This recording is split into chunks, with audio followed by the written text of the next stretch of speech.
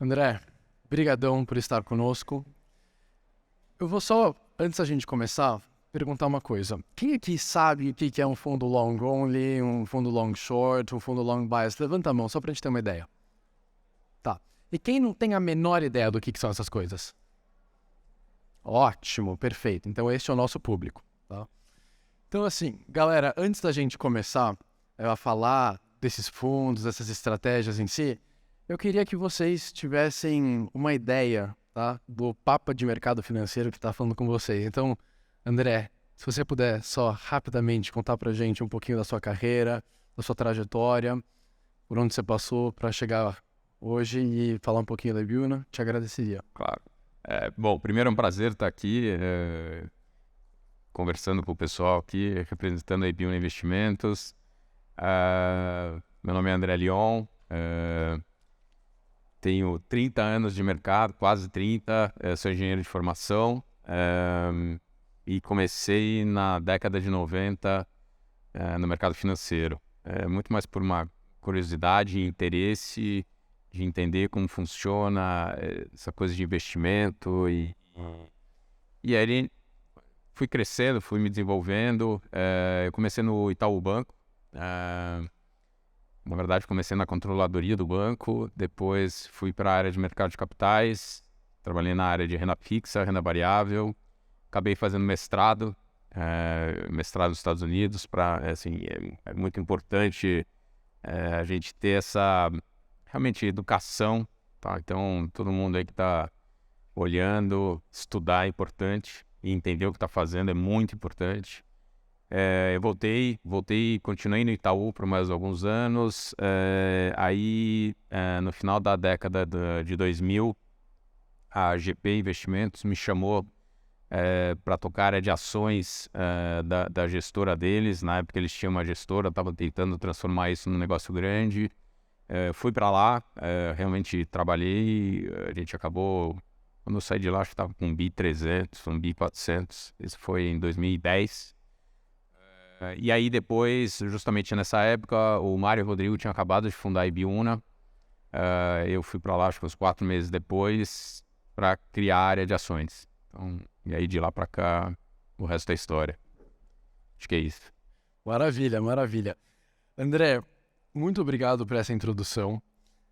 E eu acho que vamos direto pro que a galera tá curiosa. Explica pra gente, por favor, em linhas gerais, tá? O que é um fundo long only, o que é um fundo long short e o que é um fundo long bias e como que a gente consegue ter exposição ao mercado de ações de formas diferentes, porque às vezes pode parecer meio estranho, né? Vou investir em ação, mas como que são as diferentes formas que a gente pode fazer isso? Vamos começar pelo simples. O fundo de ação, né, o long only, ele é o fundo mais tradicional que todo mundo imagina, né? Você vai lá, compra as ações, né? Você cria um portfólio e pronto. Tá? Então, logicamente, tem a gestão ativa, você vai sempre analisando as empresas, a empresa que já chegou no teu target, no teu preço-alvo, você vende, está procurando outras, mas esse é o tradicional. Então, realmente, não faz mais nada. Esse eu estou descrevendo, o nosso fundo, o Ibiúna Equities, tá? Só pode ter ações, pode ter no máximo 10% de dinheiro não investido em ações, no caixa. E, logicamente, ele anda muito perto ou oscila junto com a bolsa. Então, aquela coisa, sai lá no Jornal Nacional, a bolsa caiu 3%, a bolsa subiu 2%. Muito provavelmente esse fundo vai ter caído ou subido algo próximo. Logicamente, no tempo, a gente vai gerando alfa e vai subindo mais e caindo menos do que o fundo. Alfa é o retorno excessivo, tá? Para quem... Alfa é o retorno além do que o mercado está dando de retorno. Então esse é o fundo long only, tá? O tradicional, para quem entende também, é o beta 1, tá? É a exposição ao mercado quase 1. Beleza. Antes de você ir para os outros, vamos retomar aqui. Explica o que significa a palavra long, por favor. Long é comprado, short é vendido. Então você pode falar que a gente está long alguma coisa, long Petrobras, estou comprado em Petro. Estou short Itaú, eu estou vendido em Itaú. Então, assim, pessoal, você long, você está apostando na alta do negócio. Você comprou a 1, você espera que chegue a 2. Exato. Short é o oposto. Você É isso quer aí. explicar como funciona uma operação short pro pessoal? Calma, vamos lá, calma. Aí a gente vai pegar o outro extremo. Fundo que é o long and short. Esse cara, ele tem exposição zero ao mercado. O que eu quero dizer com isso? Se a bolsa subir 3 ou cair 2, você não consegue falar absolutamente nada em relação ao retorno dele, tá? A bolsa pode ter desabado e a gente ganha uma fortuna. A bolsa pode ter subido e a gente perdeu uma fortuna, tá? Então, é o que a gente chama o beta zero, que é a correlação dele com a bolsa, com os índices de bolsa, é zero, é nenhuma, tá? Como que a gente faz isso? Justamente montando posições long, compradas, e short, vendidas. Logicamente em diferentes ativos, tá? No nosso caso, a gente só faz em ações, tá? Então, a gente, inclusive é uma característica da Ibiúna, as áreas, elas são muito bem definidas. Então, o pessoal de crédito faz crédito. O pessoal de ações faz ações. O pessoal macro faz macro, tá? Então, nos nossos fundos só tem ações, tá?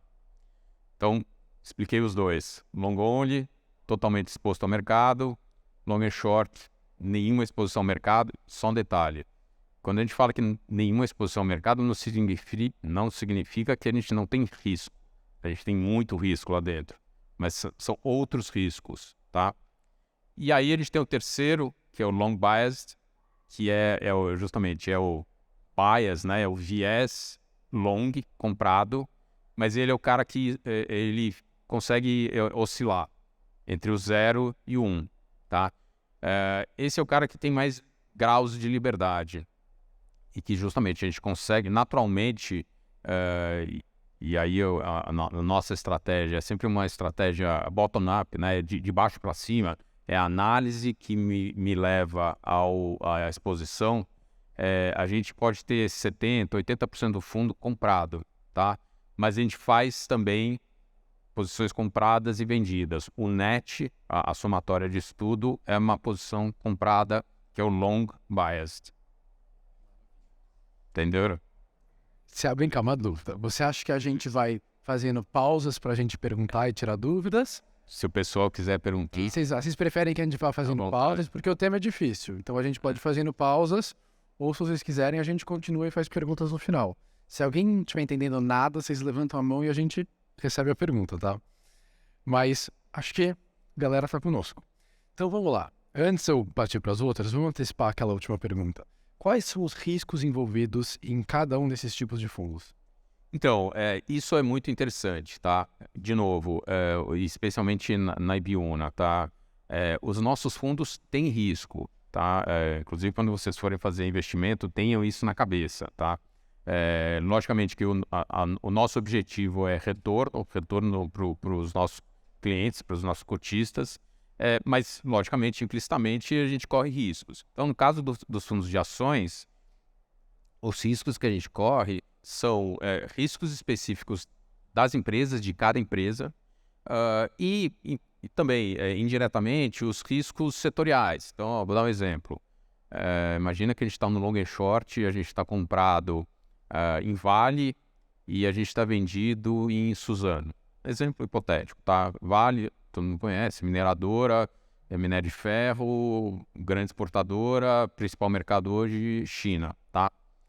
Suzano também é uma empresa de commodities, só que a commodity dela é celulose. Celulose é matéria-prima para fazer papel e alguns outros parecidos. Também grande exportadora, também grande mercado, China. Então, eu consegui tirar alguns riscos quando eu estou numa posição comprada e vendido. Justamente, por exemplo, eu tirei o risco do câmbio. Se o dólar sair de 5 e for para 3, elas são exportadoras ambas, elas vendem em dólar. Então, se ela vende em dólar no mesmo preço fixo, se o real, né, se aprecia frente ao dólar, eu vou receber menos reais. Na hora que eu estou comprado um e vendido no outro, eu meio que faço um match, eu tiro esse risco. Imagina que tem algum problema de crescimento global. Então, você vai ter uma desaceleração. A gente está discutindo aí, depois se vocês quiserem, se vai ter recessão ou não nos Estados Unidos, se a Europa, o que vai acontecer. China está saindo saiu já, né, da Covid, dos lockdowns, então... Mas você tem essa dúvida, pô, o que vai acontecer com o preço das commodities? Eu fico mais ou menos rediado, mas as commodities são diferentes. Minério de ferro é muito mais para infraestrutura e construção. Lógico que você tem toda a parte de alto, linha branca, não sei o quê, mas a grande parte é em construção. Na hora que a gente vai falar de celulose, está falando muito de papel, imprimir, escrever, tixo, tudo mais. Então são dinâmicas diferentes. Então a gente ainda está correndo esse risco, só que a gente tem que entender. E logicamente, quando a gente monta uma posição comprado em Vale e short em Suzano, é porque a gente está achando que o equity, né, o valor da ação, tem muito mais retorno esperado em uma do que em outra. Então esse é um tipo de... Estamos correndo risco, sabemos qual é o risco, não é o risco de mercado. De novo, se a semana que vem o Haddad ou qualquer coisa aqui no Brasil, o Banco Central cortar juros, não cortar os juros, fizer alguma coisa, nossa posição não vai sofrer, teoricamente. Ela tem o ruído, mas não é uma coisa que ela meio que se normaliza. Ok? Fala, tem uma mão ali. Quer um microfone? Opa, tudo bem? Prazer, sou o Patrick.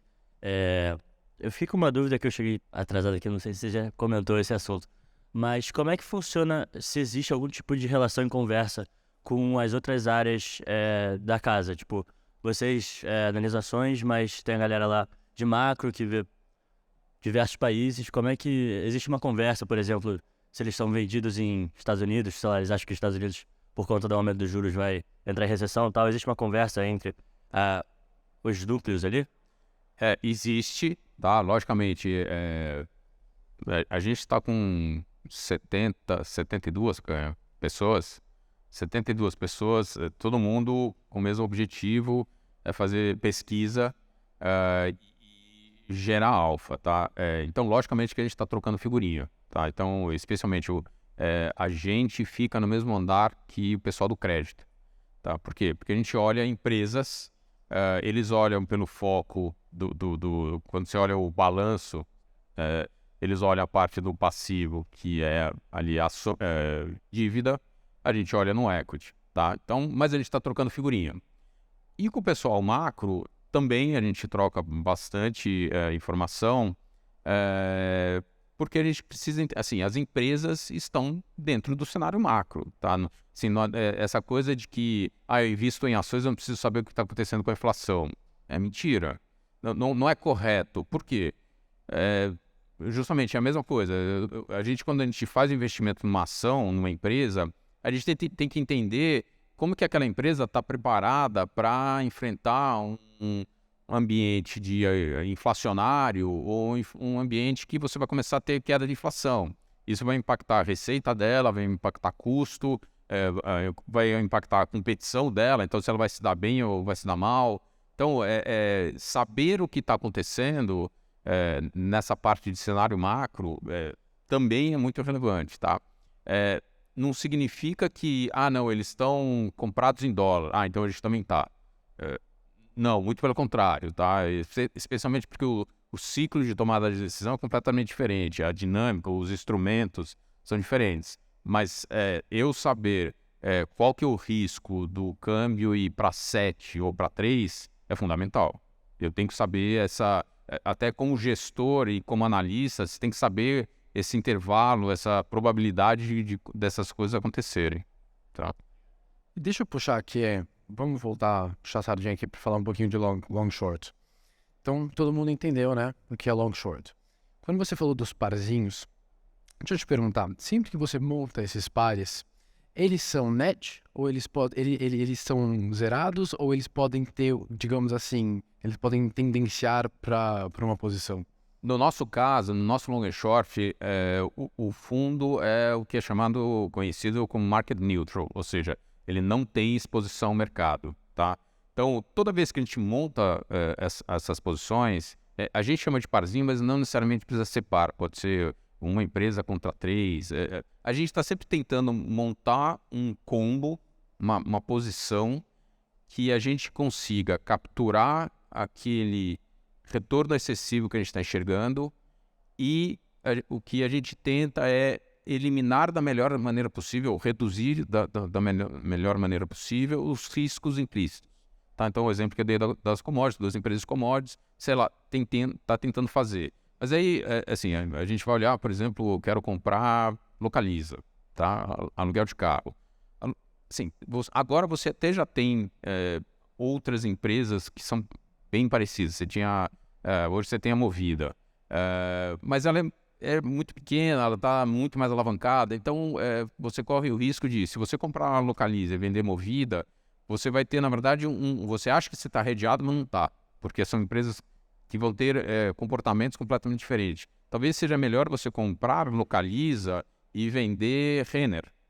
Por quê? São duas empresas, economia doméstica, expostas ao consumidor, que são sensíveis à confiança, à taxa de juros, ao crescimento. Então, assim, não existe uma regra, né? uma receita de bolo de você compra essa, vende aquela e está dado. Não, a gente sempre está fazendo análise, a gente está sempre fazendo, olhando no mercado as alternativas que a gente tem para fazer esse combo e tentar reduzir o risco com o máximo retorno que a gente consiga ter. E quando vocês fazem esse combo, para vocês zerarem esse combo, para a gente chegar no market neutral, vocês só levam em consideração a exposição quantitativa long short ou vocês olham coisas como o beta a gente olha posições? Tudo. A gente olha tudo. Então, até por uma facilidade operacional, quando a gente passa a ordem para nossa mesa de trading, né? A gente tem 2 pessoas dedicadas a fazer isso. A gente justamente fala isso. Compra 50 milhões de reais de Localiza, vende 50 milhões de reais de Renner. É mais fácil operacionalmente. Mas o que a gente está olhando é justamente isso, né? Na verdade, a gente está olhando... o beta é o primeiro que apareceu, é o beta exposição ao mercado. Na verdade, você pode pensar como betas, né? São os coeficientes de exposição a cada fator de risco. Então, juro, inflação, confiança, exposição à dívida. A gente olha isso, a gente olha qualitativamente. Não é aquele screening estatístico, mas a gente olha qualitativamente isso, a gente está procurando empresas que sejam um bom fit para fazerem o hedge, tá? Na verdade, fazer o hedge, fazer a proteção, tá? É exatamente isso, a gente está fazendo o hedge, é uma proteção. E que pode ser dos dois lados, né? Não esquece, no long and short, a gente pode ganhar dinheiro estando short, tá? Então, assim, eu quero shortear uma empresa, essa empresa, ela está muito cara, e a gente acha que o valor justo dela é para baixo, é 30%, é 50% para baixo. Então a gente vai lá, shorteia ela e compra uma empresa, outras empresas que não é que a gente acha que são excelentes ou que estão num valuation super atrativo, mas é que elas vão cair menos do que essa que a gente acha que vai cair pra caramba. Tá? E só um detalhe muito importante. Quando vocês vão ouvir aí, quem for procurar ou já ouviu, aquela coisa de que quando você está fazendo short é porque você acha que a empresa vai quebrar. Não necessariamente, não necessariamente não. A maioria das vezes não é isso, tá?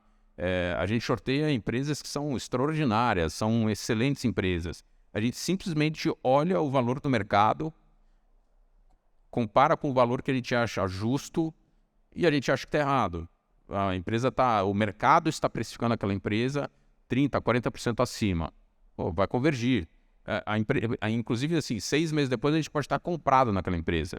Porque aí o mercado exagera, né? Vai para o outro lado. Não, a gente acha que ela vale 10 bi de reais, estava valendo 15. Bom, shorteamos, ganhamos dinheiro. Bom, agora o mercado está precificando ela como valendo 7. Tá errado. Ela continua valendo 10. Vamos comprar. Maravilha. Daí deixa eu te perguntar uma coisa. Pensando aqui na cabeça do investidor...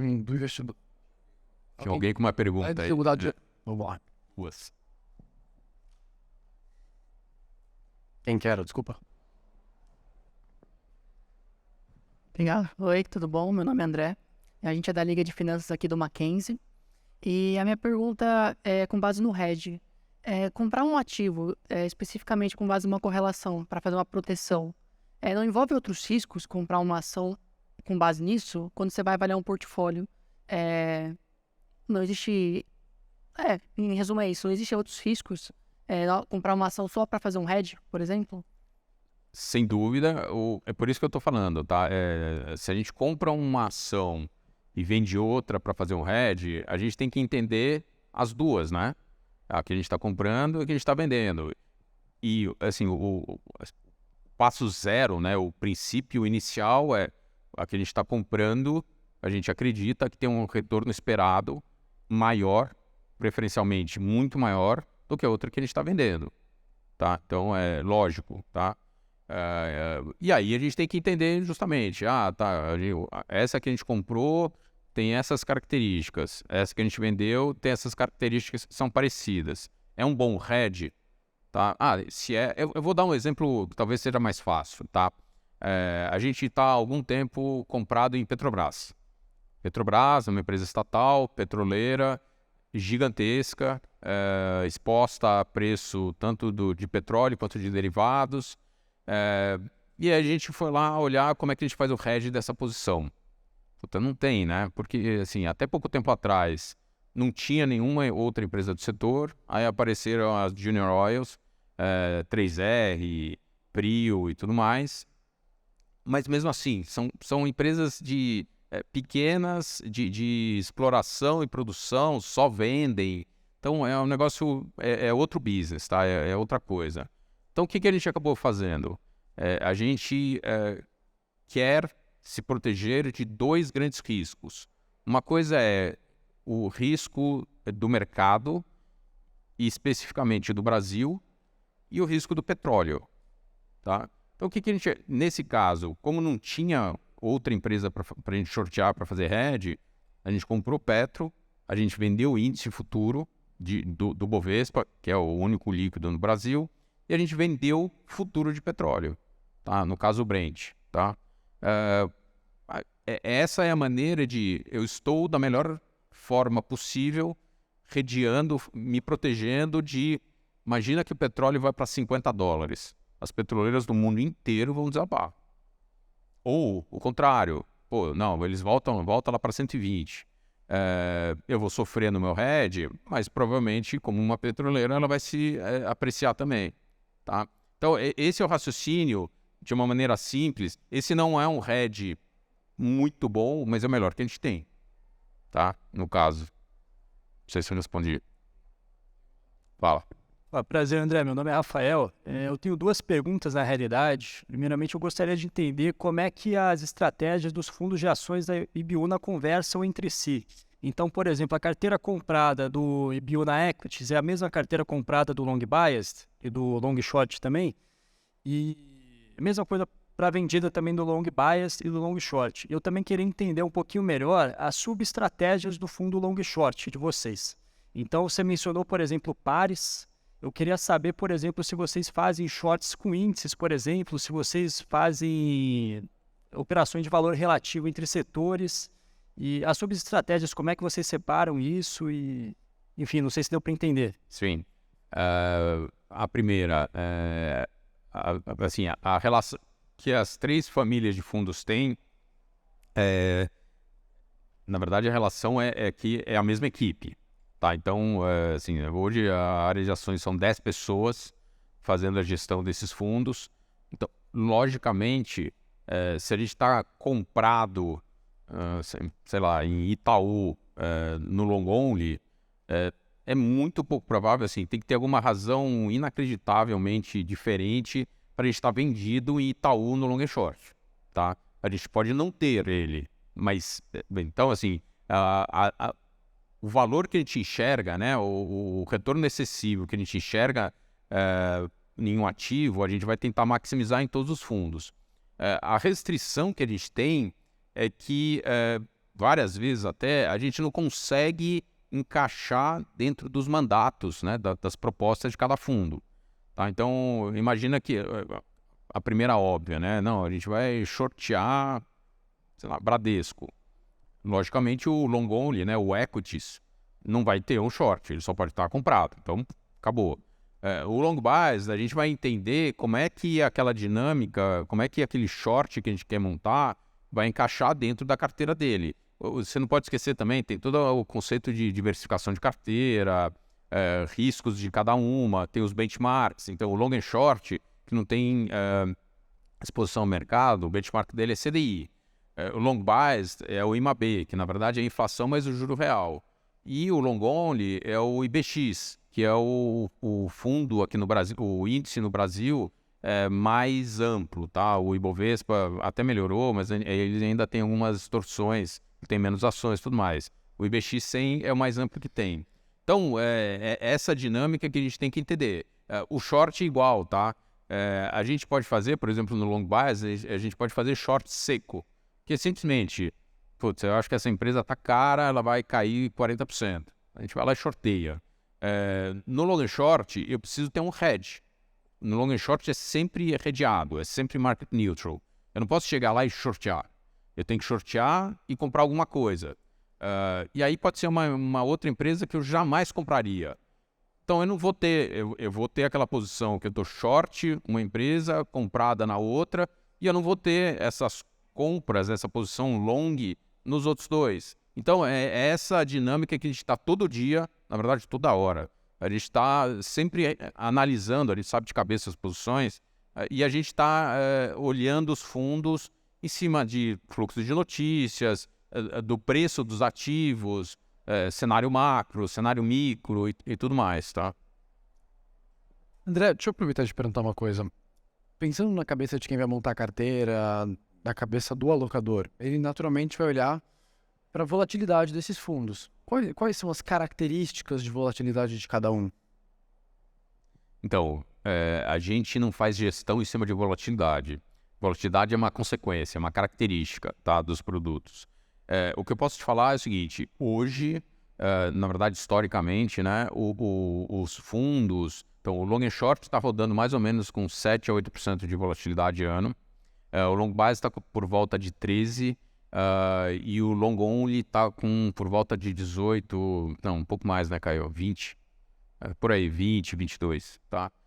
Então, mais ou menos esse é o regime, tá? Isso assim, é um indicativo de risco, tá? Mas não é uma métrica de risco.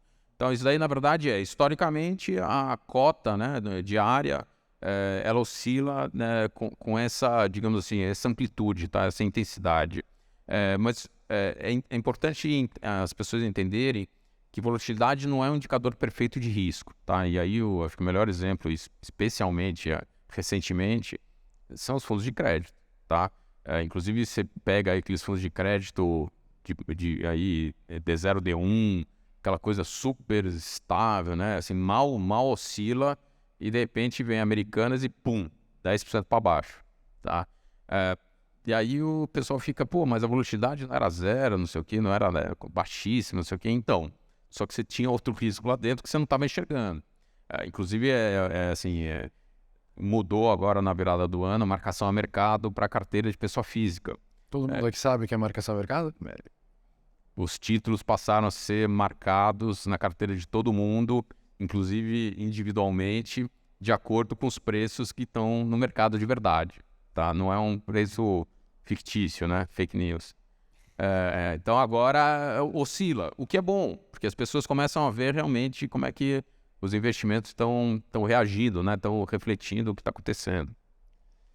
E daí quando a gente, pensando no jovem que está aqui, aquele cara que tem, menina, tanto faz, que tem 20, 30, 40 anos para investir. Porque eu fico pensando, eu tenho 21, daqui 40 anos eu pretendo estar talvez no auge da minha vida de investidor.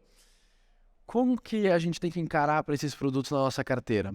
É um mix dos três, tem um que está mais em linha com a nossa, talvez, com o nosso... É difícil a gente generalizar, né, o investidor, mas eu acho que uma característica comum que todos têm é o tempo.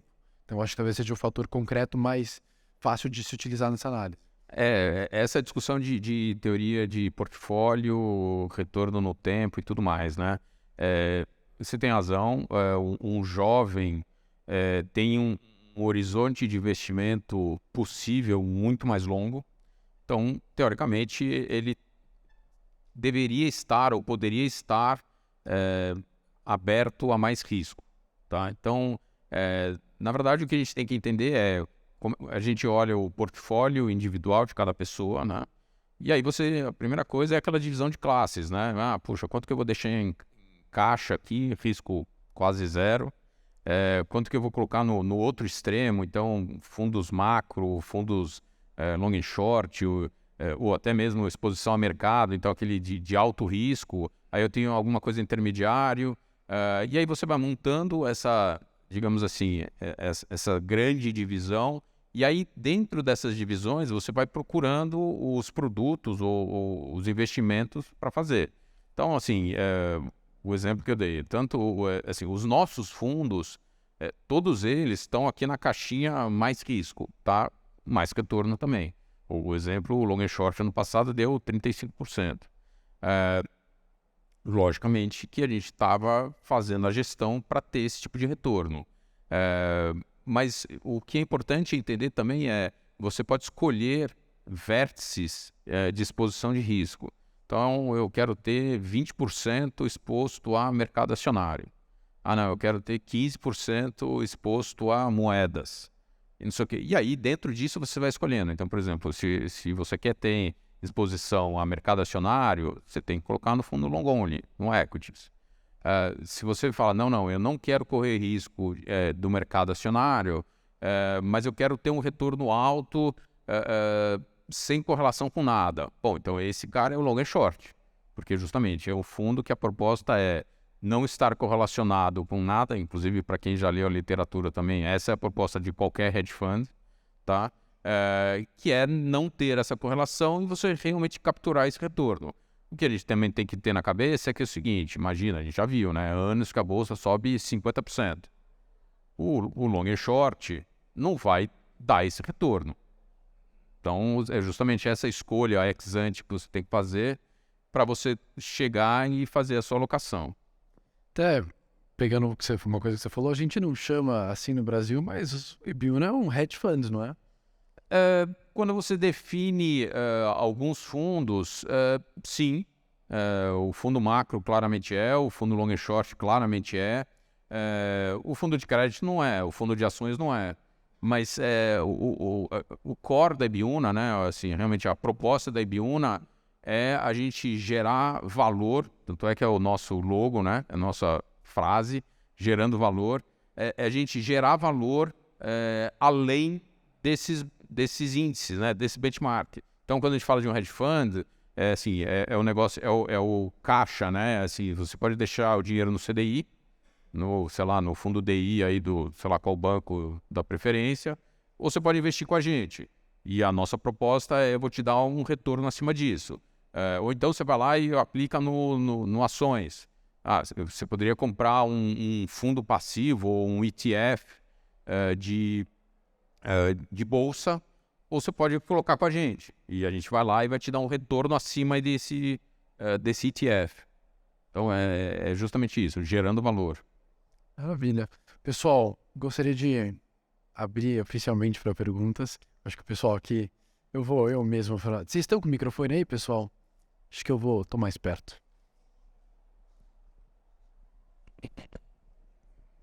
Fala, André. Prazer, meu amigo. Cara, uma pergunta bem simples, na verdade. Como que vocês da Ibiúna veem, assim, vocês balanceiam uma posição short, um hedge, no sentido de não adianta você colocar uma posição muito pequena, porque caso o mercado vá contra vocês, essa posição não vai proteger, mas ao mesmo tempo, se você faz muito grande, o hedge te atrapalha. Então, quais métricas, por exemplo, vocês usam no sentido de vocês olham beta e seguem só essa métrica, ou existem algumas outras?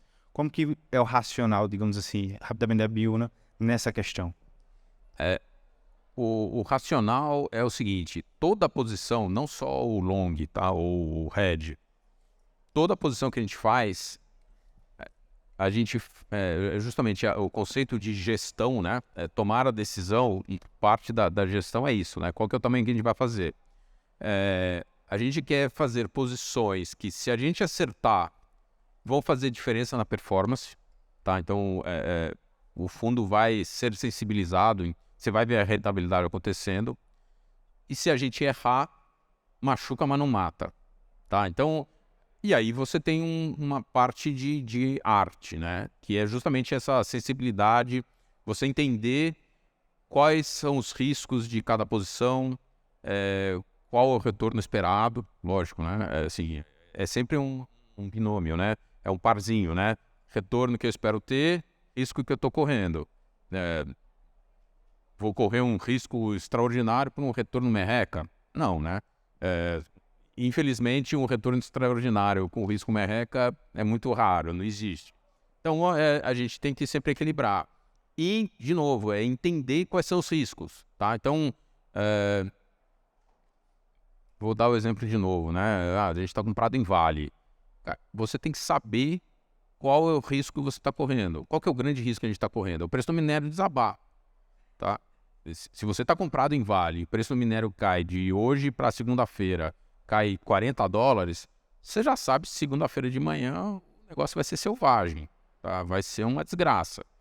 Então, você entender os riscos que você está correndo também é fundamental. Então, essa análise do ponto de vista de quero ter 5% do fundo comprado nisso, ou no caso da tua pergunta do hedge, não, eu preciso proteger, por exemplo, o exemplo que eu dei de Petrobras. A gente está comprado em 10% de Petrobras. Tá, qual que é a exposição que a gente tem em petróleo? Quanto que eu tenho que vender de petróleo? É por volta de uns 3%, 4%. Então a gente vai lá, shorteia 3%, 3,5% de petróleo. A gente pode trocar, a gente pode otimizar, né, esses hedges. Por exemplo, se o petróleo versus o ETF, né, o ETF, para quem não sabe, são os Electronic Traded Funds, são os fundos passivos negociados em bolsa. Se o ETF de petroleiras nos Estados Unidos está completamente descorrelacionado, ele está distorcido, a gente pode trocar o zero short do petróleo e abre um short no ETF nos Estados Unidos. Então é isso que a gente está olhando sempre o mundo inteiro, procurando a melhor maneira de fazer a posição.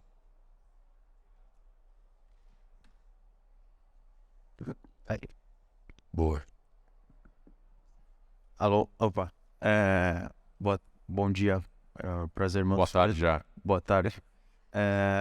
Assim, a gente está num período de rebaixamento de nota de crédito massivo, empresa com despesa financeira elevada. Então, eu gostaria de saber, o André e o Ibiúna, como é que vocês, se vocês têm alguma alocação em algum produto ou em alguma porcentagem dos fundos nesses ativos mais estressados? Vamos lá. Nós não fazemos crédito, tá? Então, assim, a resposta do ponto de vista de a gente investe em alguma coisa de crédito nos fundos de ações, zero. Os fundos de crédito, logicamente, eles só fazem crédito. Tá lá, quem quiser entrar em crédito, tá lá. O que a gente faz, na verdade, assim, essa discussão que está tendo agora, janeiro, fevereiro, a gente está falando, se você pegar nossos comentários mensais, a gente está falando de crédito, acho que desde fevereiro ou março do ano passado. Que era, assim, era a evolução natural do que a gente estava vendo, tanto no cenário macro quanto na dinâmica micro das empresas. A gente sabia que ia acontecer isso. A gente esperava que acontecesse. Tá? Então, a gente estava analisando e vendo isso. Quando a gente monta as nossas teses de investimento e, consequentemente, as nossas posições, essa visão de capacidade de geração de caixa, né? O fluxo de caixa, nível de alavancagem, né? Quantidade de dívida, exposição à taxa de juros. Tem empresa que fez a lição de casa, está com dívida emitida para 5, 7 anos, numa taxa pré ótima. Tem empresa que está com dívida ultra curta, pós-fixada, CDI mais 3, 4.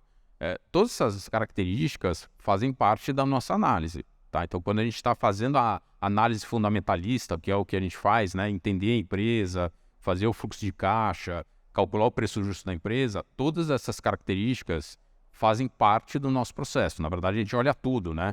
Então, num cenário hoje, que é um cenário macro, que também a gente já está imaginando que vai acontecer isso há muito tempo, que é de desaceleração econômica, taxa de desemprego começando a subir. A gente não pode esquecer, para o Brasil, a taxa de desemprego estava no mínimo de sei lá quantos anos.